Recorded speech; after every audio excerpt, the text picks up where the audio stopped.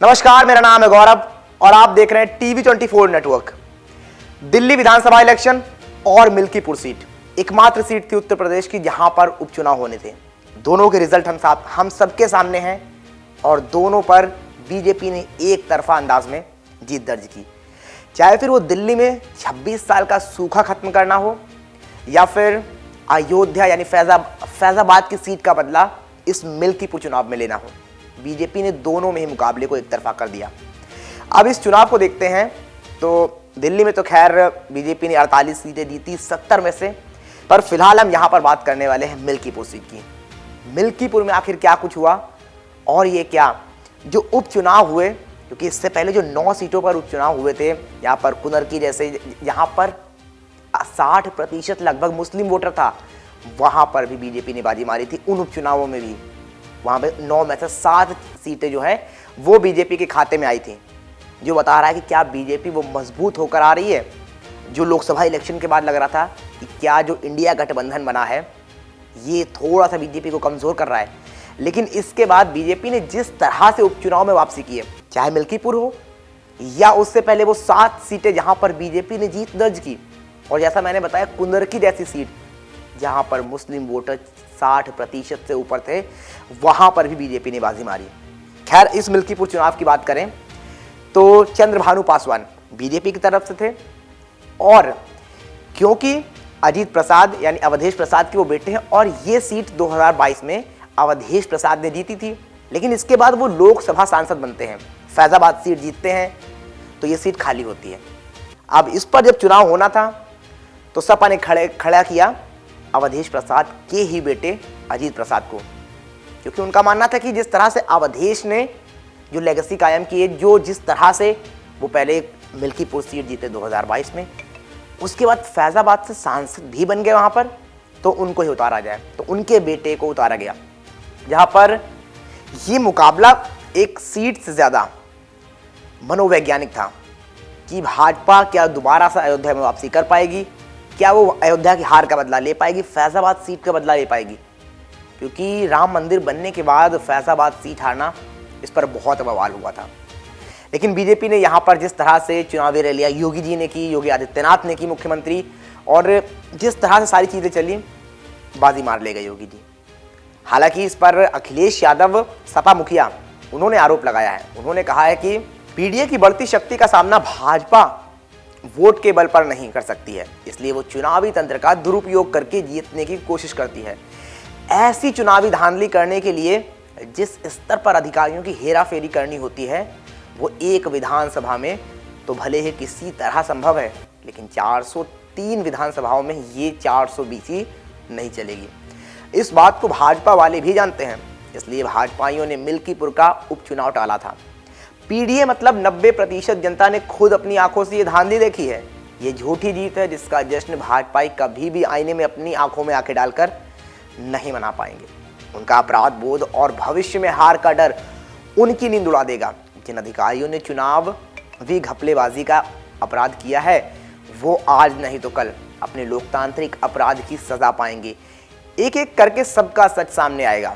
ना कुदरत उन्हें बख्शेगी, ना कानून। भाजपाई उनका इस्तेमाल करके छोड़ देंगे, उनकी ढाल नहीं बनेंगी।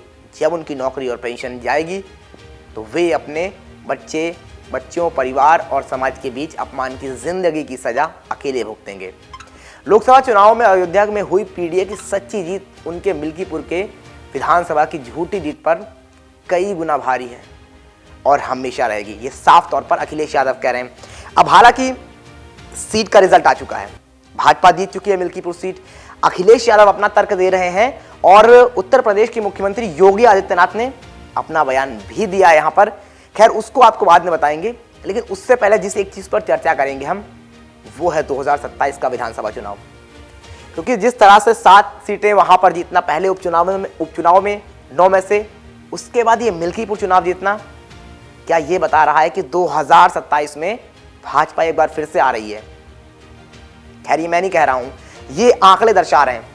लोकसभा चुनाव के बाद ऐसा लगा कि क्या नतीजे पलट जाएंगे, इंडिया गठबंधन बनने के बाद चीजें विपरीत होंगी भाजपा के, क्योंकि जो अनुमान भाजपा ने लगाया था और जो नारा दिया था 400 पार वाला, वो कहीं होता हुआ नजर नहीं आया। सीटें बहुत घट गई थी। लेकिन ये चुनाव जो उपचुनाव हुआ है, क्या ये उत्तर प्रदेश की तस्वीर साफ कर रहा है? क्या 2027 में भाजपा एक बार फिर से वापसी कहें या फिर कहें कि इस सीट पर काबिज रहेगी? क्या इस सीट पर भाजपा एक बार फिर से कब्जा जमाएगी? खैर ये आप लोग बताइए। पर इस पर अखिलेश यादव के बयान आने के बाद मुख्यमंत्री योगी आदित्यनाथ का क्या बयान आया है वो जान लेते हैं। उन्होंने कहा है दिल्ली विधानसभा चुनाव और उत्तर प्रदेश के अयोध्या जनपद की मिल्कीपुर विधानसभा उपचुनाव का परिणाम झूठ एवं लूट की राजनीति का पूर्ण विराम का स्पष्ट संकेत है। यानी योगी जी ने साफ तौर पर यह बता दिया है कि झूठ की राजनीति और जो फरेब की राजनीति थी उसका पर्दाफाश हुआ है और उस पर रोक लगाई गई है। यानी वो कुल मिलाकर कह रहे हैं कि सारी चीज़ें जनता के सामने हैं और कहीं ना कहीं शायद उनका इशारा 2027 चुनाव की तरफ है। खैर अब क्या होता है, कौन जीतता है कौन हारता है, लेकिन उससे पहले एक और आपको बयान बताना चाहेंगे अखिलेश यादव का ही, जो कि उपचुनाव के बाद अखिलेश यादव देते हैं। वहां पर भी वो भारतीय जनता पार्टी पर आरोप लगाते हुए नजर आते हैं धांधली को लेकर ही। क्या बोलते हैं अखिलेश यादव, आइए जानते हैं। अखिलेश यादव ने कहा हमारी हार नहीं हुई है, बीजेपी की साजिश जीती है। कुंदरकी में जिन लोगों को सरेआम वोट डालने से रोका गया या जिनके वोट किसी और ने डाल दिए, वे सब लोग अपनी व्यथा बताने के लिए लखनऊ आ रहे थे, क्योंकि वहां स्थानीय स्तर पर कोई सुनवाई नहीं हो रही थी। इससे भाजपा ने चुनावी घपले का भांडाफोड़ हो जाता, इसलिए बीच रास्ते में उनको सीतापुर में रोक लिया गया। सच्चे और साहसी लोगों की शक्ति और सामर्थ्य संघर्षों से ही बढ़ती है। उत्तर प्रदेश विधानसभा चुनाव में इंडिया गठबंधन के संयुक्त प्रत्याशी के रूप में समाजवादी पार्टी के दोनों विजयी उम्मीदवारों को जिताने के लिए सभी मतदाताओं, समर्थकों, कार्यकर्ताओं और नेताओं का हार्दिक आभार और दिल से आभार, ये अखिलेश यादव ने कहा था। खैर दोनों चुनावों में हार के बाद अखिलेश यादव ने भाजपा को धांधली के लिए भाजपा की साजिश कहें या फिर उनकी धांधली को जीत बताया है। या उन्होंने कहा कि भाजपा जीती नहीं है, उनकी धांधली और साजिश जीती है। खैर ये अब मैं आप पर छोड़ता हूं कि आपको क्या लगता है, क्या वाकई भाजपा धांधली से जीती है और साजिश हुई है, या ये अल्टीमेटम है 2027 चुनाव से पहले योगी आदित्यनाथ का, भारतीय जनता पार्टी का, बाकी पार्टियों के लिए? जो भी आपको लगता है आप अपनी राय कमेंट बॉक्स में दर्ज कराना बिल्कुल ना भूलें।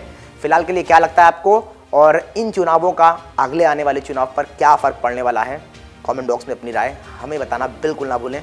देखते रहिए TV24 नेटवर्क। मैं गौरव मिश्रा, धन्यवाद।